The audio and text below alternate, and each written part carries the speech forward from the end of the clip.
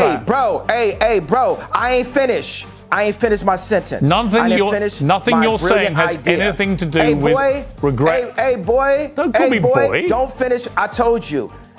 Oh, don't treat me like a boy then. I'm going to finish my sentence and my idea. Interviews are a major part of a celebrity's job in music and media.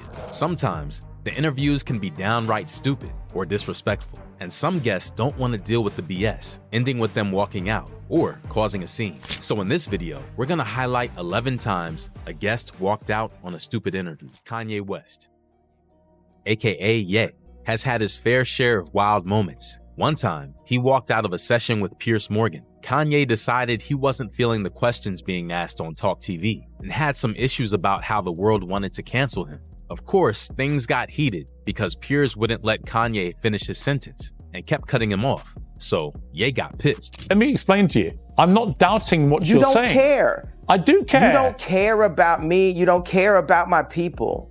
I care about me. I care about my people. So it's for me to stand up. And God forbid I step on someone's toes while I'm at it. It's not someone's toes. You stepped on the entire Jewish people's toes with a very deeply inflammatory tweet, which I think you've now accepted.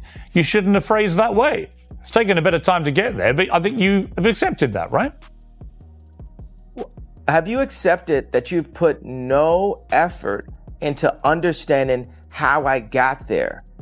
I don't think, honestly, 10 years from now, honestly, I don't think there is any. You're going to apologize to me about this interview. I'm not. You're going to apologize to me about this interview within the next 10 years. No, I'm not, because here's the thing. Mark my words. I don't doubt you've had. It's very one-sided. No, it's not. It's very white-sided. Oh, come on, It's very one-sided. It's very like. It's not white-sided. I'm not doubting you've had business issues. I'm saying the way to respond to that is not to go public to millions of people and say you're going DEFCON 3 on Jewish people. Millions of people. Right. Millions of people have had DEFCON 3 on their contracts. Right. You didn't say that. You didn't say that. And said, millions of people. Well, I opened it up. Now I didn't, but now I'm saying it now. Okay, so now what I think you should say, I think you should say to the Jewish people, I'm sorry for the offensive language I used in that tweet. I wouldn't do that again. This is what I really meant. I think people would respect you if you said that. I don't know why you can't just say that. You know when I'll say it?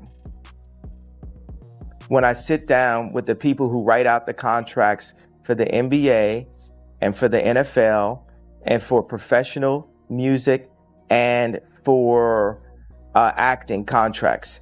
We need to go to the top lawyers, the top execs, the owners of the stadiums, the owners of the football teams, and the owners of the record labels. And we're going to put them all in one room. And we're going to read let's go top 10 in each one of these categories, right? Let's read Michael B. Jordan's contract. But why would any of that? Okay, but why would any of that? Why would any of that? Bro, I ain't finished my sentence. Nothing you're saying has anything to do with regret. Hey, boy. Don't call me boy. Don't finish. I told you. Oh, don't treat me like a boy then. I'm going to finish my sentence and my idea. Nothing you're saying has got anything to do with the tweet. Cool.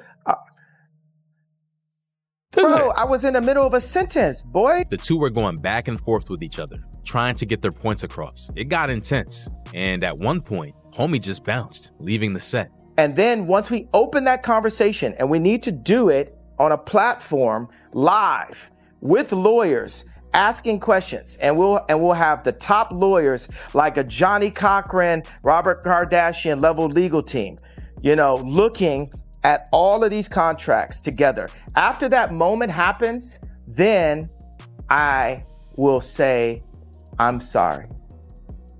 Okay, if that's your position. That's clear. Interview adjourned. Love you. Okay, that's the end of the interview. We all know Kanye, and let's be honest. Do you think this would be the only time something like this happened? Check out this meeting with Tim Pool and Nick Fuentes. The trio were discussing their various political stands, and the host pushed back on Ye's anti-Semitic viewpoints, which in turn ended the conversation. Afterwards, a lot of heat on social media came towards Kanye. Yeah, I think they've been extremely unfair to you. Who was they though? We can't say who they is. Corporate press. I'm not using I don't use the word as the way I guess you guys use. I'm talking about. It is them though, isn't it? I mean, because because when you think about it, consider it. In 2018. What do you mean it's not? What do I mean? Like, okay, so how about, are you leaving? Are you afraid of the press? I got problems on problems on problems on problems on problems on problems I solve them. I run through the money, the pressure be calling. Left on my blessings, I feel like I'm falling. The birdie is back, tell me I'm garbage. I'm going through something, that's why I ain't calling. Phone in progression, it's all that I wanted. The phone in affection, I summon and dub it. Cause I got problems on problems on problems on problems on problems on problems I solve them. I run through the money, the pressure be calling. Left on my blessings, I feel like I'm falling. The birdie is back, tell me I'm garbage. I'm going through something, that's why I ain't calling. Phone in progression. Soulja Boy, never being shy about speaking his mind. Our next guest is Soulja Boy. In 2019, he was on Everyday Struggle with DJ Academics leading the interview. We all know how Soulja Boy acts, and this interaction was filled with hilarious moments. Soulja was clowning that he was responsible for discovering and putting on Tyga and Chief Keef. He kept coming back at Ack multiple times, calling the host everything from being stupid to fat. He even clowns Tyga. Now I ain't gonna lie, I'm the first biggest rapper to shout this out, bro. Before me, nobody respect the academics in the rap game. I know all the rappers. None of these. I'm the first. I'm the first nigga to say DJ Academics out my mouth on a public platform on Instagram when he was trying to troll me about my condo and my Airbnb. You know what's funny though? I feel like you know what's funny though? You know what's funny though? Them two niggas just named, I put them on. I discovered Chief Keef. Exactly. Because Dex is a crackhead. That's why I wanted to know where the fuck. Dex is on fucking, he high. Dex said you on drugs. Dex just fell. You say you on coke. Dex just, bro, I ain't never did coke a day in my life. I put Tyga in his first. I put Tyga in his first. But I'm saying, I put Tyga in his cap though. All right, so let me finish real quick. What's cap? When you watch Don't, that shit got 100 million views. Everybody seen that. They knew that was Tyga from GD Line and the Coconut. And that's why they fuck his music? Yo, stop playing with me, You ain't even doing that got his took by Travis Scott. That guy. The nigga Travis Scott nutted and got her pregnant. But why does he deserve all of that though? Talking about my Uncle Birdman owe him millions of dollars. Yeah. Nigga, my Uncle Birdman owe Tyga shit. I love Tyga. Things took a turn when Academics poked at Soulja, asking him to ditch his Gucci headband. They hate on me because I'm rich. I look better than them. I probably am. They like me. I'm a pretty. I look good. I'm sexy. It is what it is. You gotta get rid of that Gucci headband, though, like, no. You know what this is a war now because y'all keep clowning me. I'm gonna wear it even more so y'all can keep talking. I love it, bro. Soulja continues to call out the whole team while expressing his accolades, real or fake. Then he packs his stuff up and decides he's done. His name? Think Juice WRLD told me I gave him his name. Idiot. Did you not see his interview with Sway? He just said, he said, you think he got his name from you? I really didn't know. He didn't want who to say I got his name from. Yo, y'all trying to play me so bad. I'll whoop all y'all one, bro. Man, I came up here and told my fucking story finally, and y'all, I stopped all this capping, y'all lying on my name and trying to play me. And now everybody that see this, y'all gonna look stupid as if they say Soulja Boy came up there and checked all that stupid ass, and I did what I had to do. Wait a second. Soulja, I don't know if you did that. Soulja, but wait, hold up.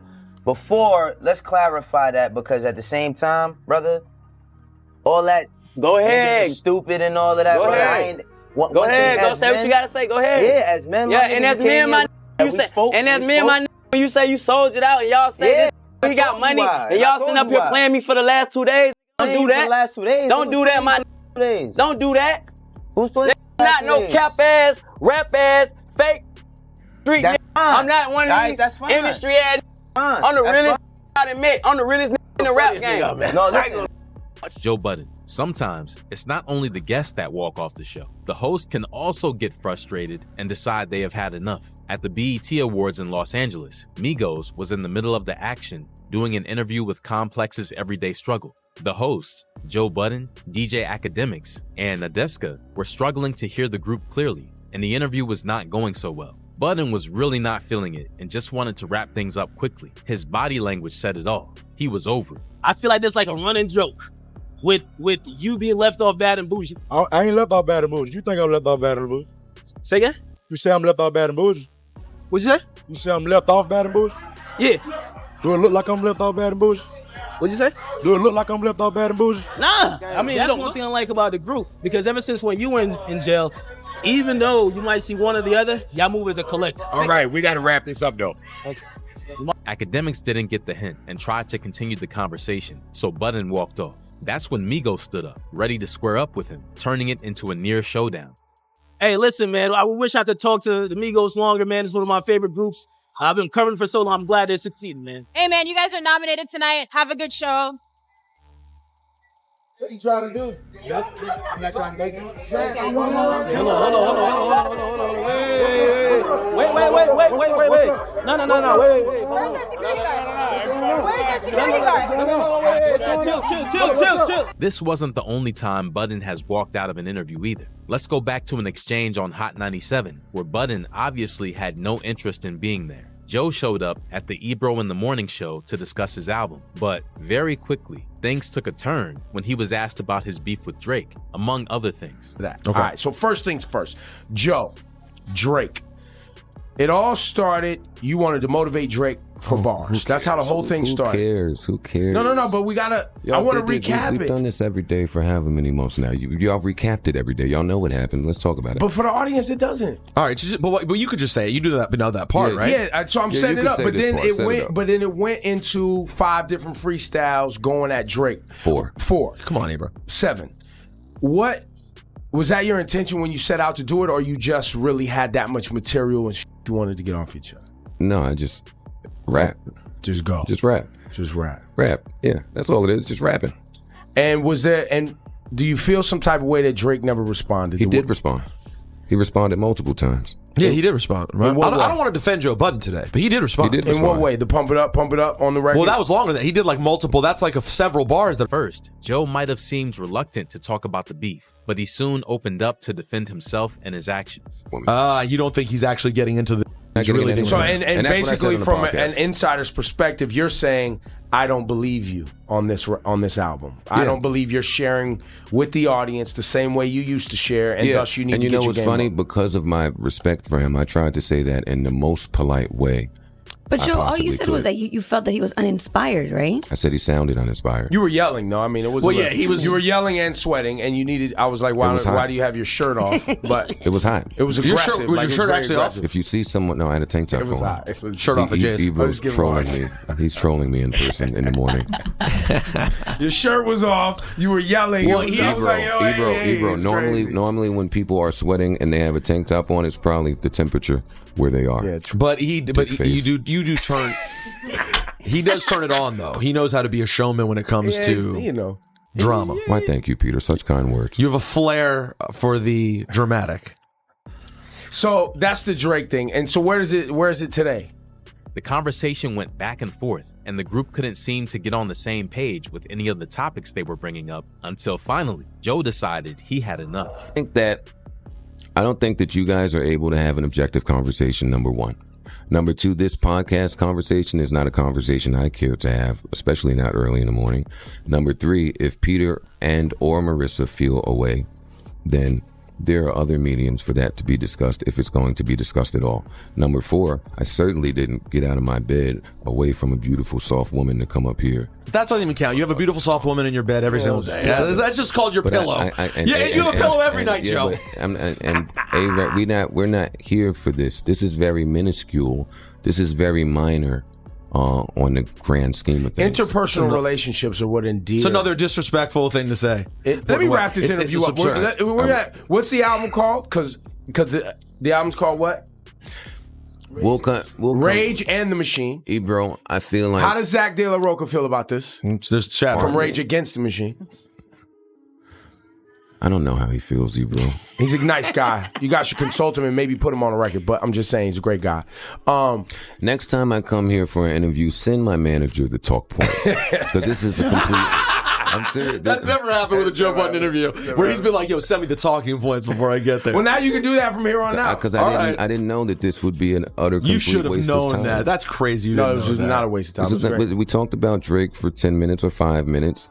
Then we talked about the album for 30 seconds. We played your song. And then we talked about Marissa and Peter for... Well, what else should we talk about? You want to talk about beats? You want to talk about snares and hi-hats? I want you to talk about something compelling. You want me to pull A-Rab up and talk about the Renaissance, the MPC Renaissance? What software you want, A-Rab? You like the 3000 Let's or talk you like software. the Renaissance? Which one? You got the new plugins? You got the new plugins? Yo, A-Rab, you got the new plugins? It's lit. Yo, the bar you spit. Yo, this pattern you used. Hey, yo, rap fans, by the way, Ebro's mocking you how much y'all ever want to hear about every little fucking bar that gets talked about. The percussion, the way you use your voice like a drum and the percussion and fell in the pocket at the end, it was hard. It was hard. I'm telling you, it was hard. I want to thank all of you for your time. Thank you, Laura. Thank you, Marissa. Thank you, Peter. And thank you, Ebro. Thank you, Board Guy, for the sound effects. Thank you, Deani. Damn, Shawnee. Cameraman. See, super producer Shawnee. The super producer Shawnee, dude. No, thank you, Board Man, with your little effects. No, it's Rosenberg. That's right there. That's his thing. Don't break it. It's his. Yeah, don't break it. It would get really real. But always good to see everyone. Always good. What should we have covered? I don't know. That's y'all job to talk about. It's y'all job to figure out. I don't do a morning show. I do a podcast. Facts. You could have had a morning show. Kodak Black. In 2018, Kodak Black visited Hot 97's Ebro in the Morning to discuss his tunes. Everything started smoothly, but what ended up happening was not at all what Kodak expected. It appeared that Ebro preferred to get all up in Black's business and immediately started policing the rapper. But I gotta say, I looked at your rap sheet. I looked at your weed charges, smoking weed in front of your kid on the gram, and different things you've been going through. And I know it's sensitive, but how you feel about everything that's going on? I got big wings, so I'm talking about the devil be on my heels, but I got big wings. You know what I'm talking about? Yeah. There's a lot of stuff. It's like it did seem like that you became a target at some point. Man, listen, I've been in and out since a baby. Really? Yeah. How old were you the first time? 14. Yeah. When you look at all the stuff that you got on your rap sheet, right? Everything that you've been charged with, how much do you take accountability for? How much was it your circumstances, right? Because a lot of things happen with people where they come from. I mean, when you look at me, you won't even think. But I be walking around smiling like. I see you laughing. You always. That's kind of the view we always see is smiling and laughing. Yeah. So ain't nothing worse than death. You know what I'm talking about? And I can already accept that. So it's like whatever. Mm-hmm. Hey. Were you around a lot of death growing up as well? Death right around the corner. Prison, my next door neighbor. Hey. 15 minutes in, the chat went south. Kodak was there to talk music, but the legal drama involving the ongoing case came up, making him uneasy. Ebro starts policing again, and Kodak basically ain't feeling it. His exact words were to change the conversation or he's bouncing. Look, man, at this point, it's a pleasure to meet you, man. Looking at all your cases and everything you've been through, and I know the recent one right now is very sensitive. And with respect to, everybody involved in that case, we can't get into details today. But, we take here serious. And we can't, get into details, but we hope, to have you back so we can have a deeper conversation about that because, this is a serious topic. And we're hearing these stories a lot.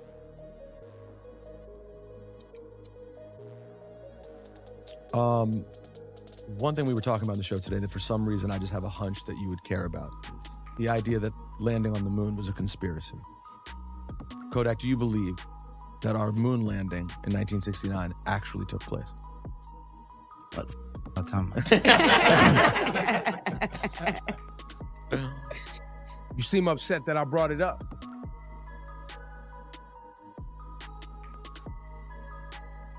I feel like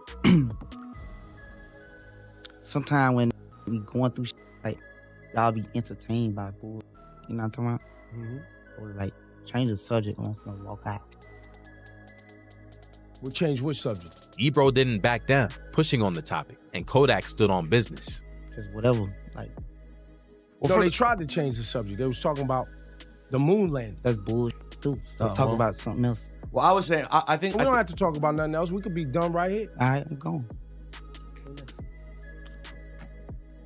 That's a bummer. I don't know. You won't tell me what to talk about on my show. Cuban Doll. No Jumper interviews with Adam 22 are always controversial and ride a thin line of music, crime, and drama. When Cuban Doll dropped by to discuss her music hustle, Adam was more about digging up the dirt instead of focusing on the music. How you feeling? What's going on in your life right now? You've been real controversial lately. Nothing's going on in my life right now. I'm chilling. I'm living my best life. Nah, You're living your best life. I don't know. You got to be more specific with me. When I look at dropped out of school early. You dropped out of school early? Yeah. Okay, that's not what we're talking about. Off. You're a little off. What's your relationship status right now? My relationship status. I'm in a relationship. With who? I just wish this mic would pick you up today. Chris! I'm in a relationship. I got a man. That's all you need to know. A man? Yeah. Is it Tato? No. Why not? What happened? Can you turn her mic up? Kind of having a hard time picking her up. It just needs to be more sensitive. Things got super awkward when he brought up the track I Kill People by Trippie Redd, Chief Keef, and Tato. This was especially touchy since Cuban had previously called out her ex, Tato, for domestic violence around the same time the song dropped. Adam kept trying to bring up her relationships and beefs. So let's wrap it up then. Wrap it up? You want to finish this already? Then. This is like 16 minutes or something. Okay, we need to cut it actually. Cut it. I want to know more about Cuban Doll, man. You're so evasive. Me, I'm 20 years old. You know what I'm saying? God, I hate you for not turning that off the first time. I'm gonna turn my off for you. I'm 20 years old. You know what I'm saying? I'm from Dallas, Texas. I'm dropping new music. What? That's what I want to talk about. I want to talk about music. That's great. Let's talk about music. Like you just got me here talking about this fake ass. I do want to talk about beef and all that stuff. That's dating, boring. Dating rappers. That's fine. Not dating any rappers. Okay, let me just throw this out there before we even get to the music thing. You just want to be messy one last time. Yeah. Shorty know I kill people. Real people.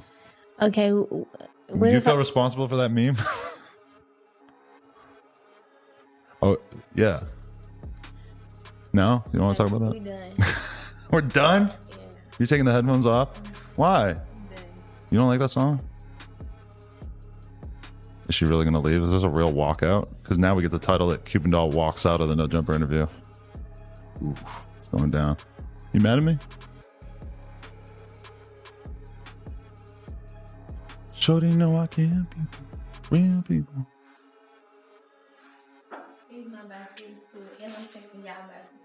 She took our purple backwoods. Those weren't even ours. I think those are skinny from the 9s. 50 Cent, the Queens rapper, hit up Complex News to discuss his new TV series, but the chat took a detour into some juicy areas. Initially, they touched on some interesting topics, but soon, the interviewer flipped the script. 50 Cent is in the building. 50, what's up, man? How are you? Good, man. No complaints. Good. So the show For Life premieres on ABC February 11th. You executive produced it. How excited are you for this? I'm really excited about this one, man. Like I met Isaac through a mutual friend. You know, Isaac then later came and talked to me about his story and was telling me the idea was, at that point he had an idea to create a feature film. And when I was listening to him, I was like, nah, it's a TV show. The timing of it socially makes it's a good time for this project to be hitting. For sure. You obviously already have the #1 show in Power. Right. You're setting the bar high, 50. Do you feel any pressure to perform at that level and keep this one will do, look, this one will be, the ratings will be higher. Higher than the Power, which is already the #1 show? This is going to be the #1 show on ABC in two seasons, but it'll do higher ratings than Power right now. Just because ABC is like ABC, bro. It's like it's a big everybody's television already has ABC on it. It's like it's not, there's no go by the app. Right. Power's premium. Right. You got to pay for it. You got to pay. But that's like, if our culture is aspirational. You know what I mean? So if it's $10 or $20, whatever, we'll figure out how to get it if we want it. Exactly. And you know, like, and that's what Power was about. And this This one is bringing a premium cable show to network television. Things started falling off when 50 Cent got hit with questions about his beef with French Montana. Fifth wasn't about to dive into that drama and dodge those questions. The interview ended even more awkwardly when the interviewer suggested something controversial about 50 Cent's actions. Afterwards, he pulled off his microphone, clearly ready to bounce. I'll get you out on this. It seems as though it all started with playful banter. It still seems that way to me, but what's up with French? Are you guys cool? Are you not cool? I don't really have interest in it. Like, there's not much going on. There was rumors that you snuffed him in a club in Miami or something. Is there any truth to any of that? No, there's no truth to that. Okay. Would I do a thing like that? I don't know. I wouldn't put it past you. Why would you think that way? Would you think Will Smith would do that? I can't believe you would say these things about me. I'm not saying them about you. The internet said these things Would about you? I think this guy right here would assault French Montana. Gucci Mane. In 2010, Gucci Mane was all set to light up the airwaves with an interview on iPower 92.1 about his latest album hits. But the vibe completely changed before they even went live. The initial conversation was straight. This time, it's serious, like not to go away, like. You know, so I kind of want everybody to be surprised because they're gonna catch them. Like the ones means they got, they like the best records on that album. The ones men drum boy made, they like the hottest things out right now. Absolutely. So what was some like people you collab with farther than the artist side? I got some like Wyclef, Sierra. So I really care a lot of features. All the rap features I got is Nicki and Bun B. Okay. And so I guess so you kept it like you said solo for the most part. Yeah, I got R&B features. Like Swiss might do the beat, do the chorus. Walkouts did the beat and did the chorus. Pharrell did the beat and did the chorus. But other than that, just people who are actually great with just send a track to somebody and they just do a 12. I didn't think I needed it on this album. Absolutely, man. Once again, iPowerWrestling.com, Youngster Charge A+. They started taking calls from the listeners and everyone was in good spirits. Say Bird. Okay. I'm rocking with you. How you doing, Jay? Love you too. iPower, what it is? What's happening? Am I on the radio? Who it is? It's the State from Halifax. From where? From Halifax. Who you want to speak to, Charlotte? I want to speak to Gucci. Oh, let me get it. This Gucci right here, let me get it for you. Hello? What's happening, Daddy? Oh, what's up, babe? What's going on? It's Gucci. Hey, what's up, Gucci? Talk to me. Tell me something good. I'm talking to Gucci, girl. Oh, my God. iPower. Hello? Yo. It is. It's Gucci time. What's poppin'? Hello. My name is Mookie. And Gucci, I don't know. I just love you, Gucci. I don't know what to. During a break, the host A+ decided to ask questions about his relationship with Waka Flocka. Gucci wasn't feeling it, and that's when things turned left. Yeah, I got something. All right, well, they're coming back here to do it. No, the dude over here, the dude that was sitting right here, he said, I got something I need to send by a certain time. All right, let's do it then. Yeah. We're about to go back on the air right now. What the hell? What the hell was that? Wiz Khalifa. Wiz Khalifa is the epitome of cool, calm, and collected. You'd think it's impossible to get the Pittsburgh rapper angry, right? But there was this one time with a Danish reporter that proved otherwise. Wiz was there to hype up his tour and new album. While things started smooth, even with Wiz vibing to the reporter's sarcastic questions, it soon turned into a whole other vibe. The reporter looked like an idiot, and it seems like this was a joke. The host even said the N-word multiple times without getting checked, but the audacity was far from over. The host ended up calling Wiz 50 Cent and asking if he was behind the hit In the Club. Hi, Christopher. Hello. First of all, I really liked the album. Thank you. I listened to it yesterday and I just kept on listening. It was great. Cool. Thanks, bro. It's called Only in First Class. Yeah. Did you have any concerns using the N-word? Nah, not really. The reason I ask is that some of mine might find it offensive. I'm joking. We obviously don't have any black people in Denmark. For real? There's not? No, none. Your first album was called Show and Prove. Yep. Then you made a second, third, and a fourth album.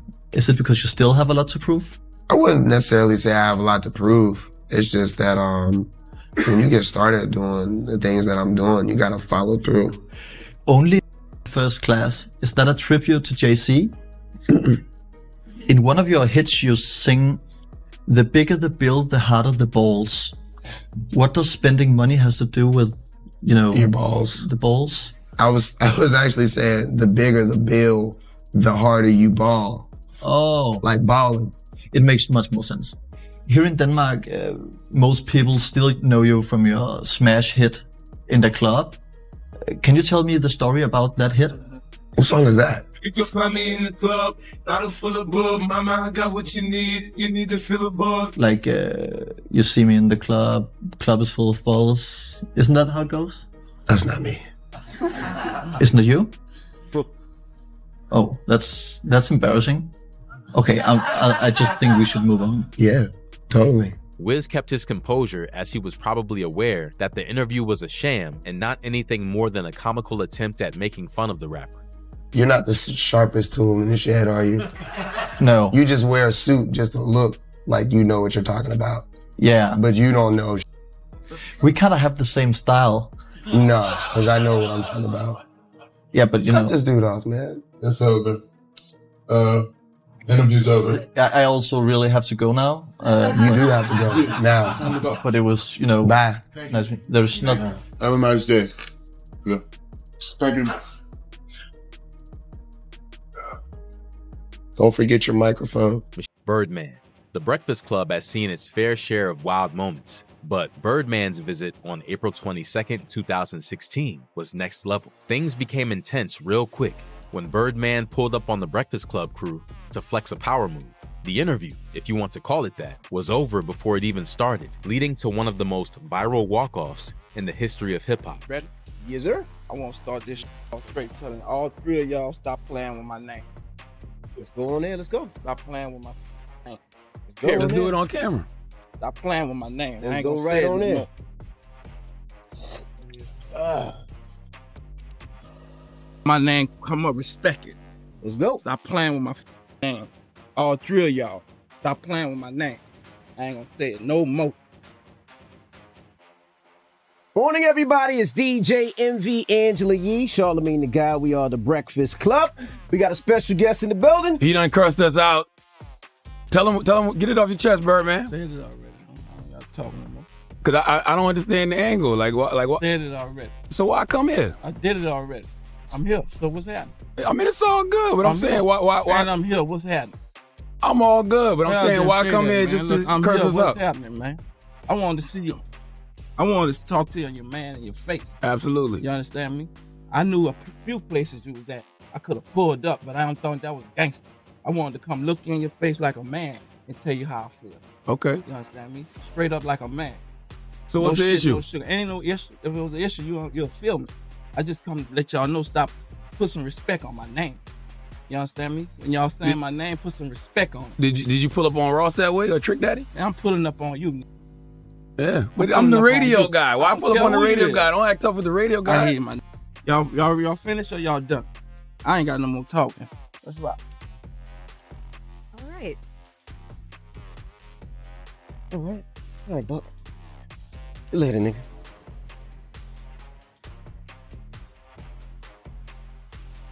Yeah. Well, grand opening, grand closing. All right, well, there you have it. Nah, we good. We good. You know, There you have it. Man, what about on my notes? We good. That's it. Yeah. Quick.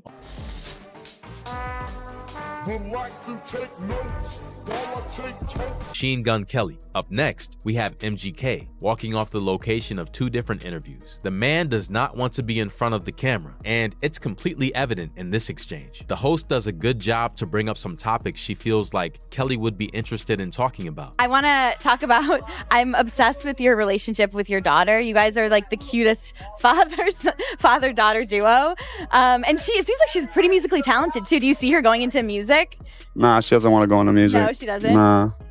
I love that she knows like all your songs. It's so stinking cute. She's like your biggest fan. Yeah.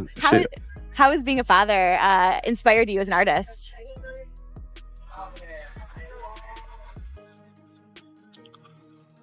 I'd say I did a lot of what I did with you know, like songs like At My Best and et cetera, a lot because of the influence of my daughter. You know what I mean?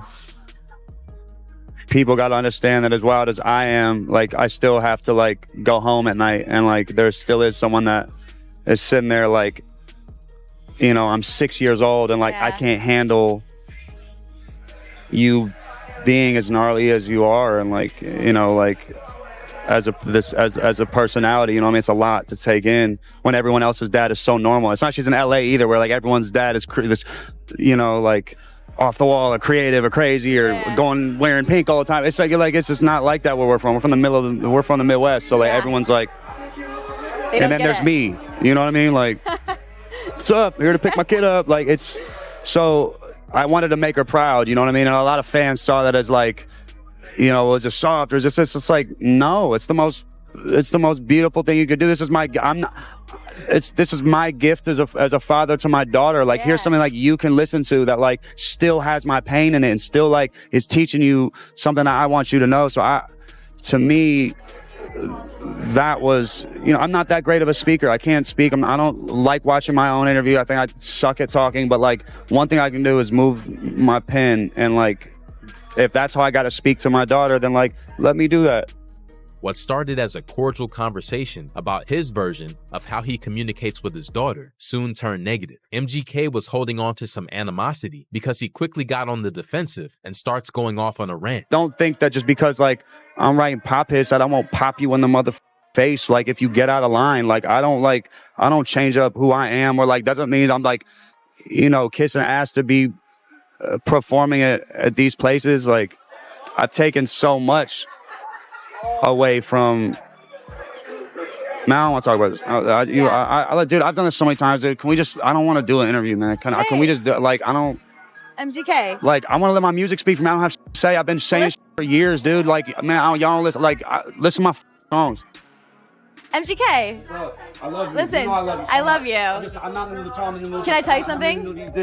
That's what I'm talking through. Listen, we're so excited for your music. Love. In 2019. Thank you. 18. What's your message to your fans? I'm coming. Next interview is with Brazilian GP of the F1 grid, Martin Brundle. Martin Brundle, Sky F1. Good to see you. Welcome to our grid. I have no idea what you said, but thank you. I said welcome to the grid. Thank you. Honored to be here. Tell us about your career at the moment. That's a puppy. What are you saying? Tell us about your career at the moment. What's going on for you? My career. I don't think about my career. I don't think about it.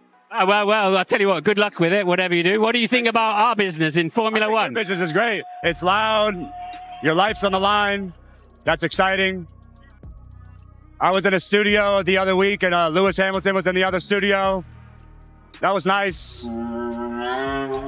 Yeah. Right. Really good to see you. What do you think about my business?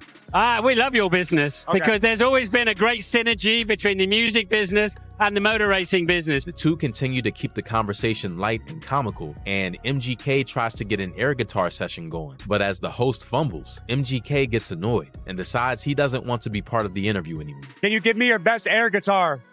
No, I can't. I learned the piano once, and I know the middle C was near the lock, and that's about it. Let's do an air piano and air guitar collaboration right now. 3, 2, 1. There's millions. Go. You do it. Your piano. I can't do it. Keys. I need keys. Yes. I need the piano. I probably need to get on, but because we got some people to see, but they don't deserve my air guitar. Something tells me I won't be on his Christmas card list. ESTG. Coming in at the last spot is rapper EST, the renowned Louisville MC, sitting down with Bootleg Kev while doing a promotional run for his upcoming album. The interview starts off wrong, with Bootleg Kev bringing up something that had to do with an NFL article he had read on the internet. EST's demeanor showed he didn't want to talk much about it though, but Kev was pushing for information. I've seen this picture of you at the NFL Combine. Yeah. Which... What? Yeah, I ain't seen no picture of no NFL. Well, I saw you in like the NFL Combine looking like workout. Yeah, a workout. Was that just a workout you were doing for a team? I don't know. How you see the picture? You ain't read the article that came with it? I just saw a YouTube video where they were talking about you and like I was just watching some of your high school highlights in your college. Like I saw like what YouTube video you seen? Dude, I don't know, man. It was like a YouTube video. It showed like you announcing that you're going to Indiana State, and what's a YouTube video called? I don't know. I just literally typed in ESTG football highlights, and I was like, damn, this dude was a beast. You played linebacker, right? What do that got to do with music right now? No, I'm just curious because I'm a big football fan. So like, I'm just like, I'm a huge football fan, and I find it fascinating that like you really like had like a real high level like football run. You know what I'm saying? Before the rap like took. For one reason or another, Kev must have pissed EST off because the interview was dead after the football comment. I was gonna ask you like when it comes to, I remember when you signed with Gotti. I remember the viral moment where there was just all this cash, and at that time I feel like there was like a bidding war going on for ESTG at that moment. One, what made you rock with Gotti, and what is something over the last 2 or 3 years that you have learned?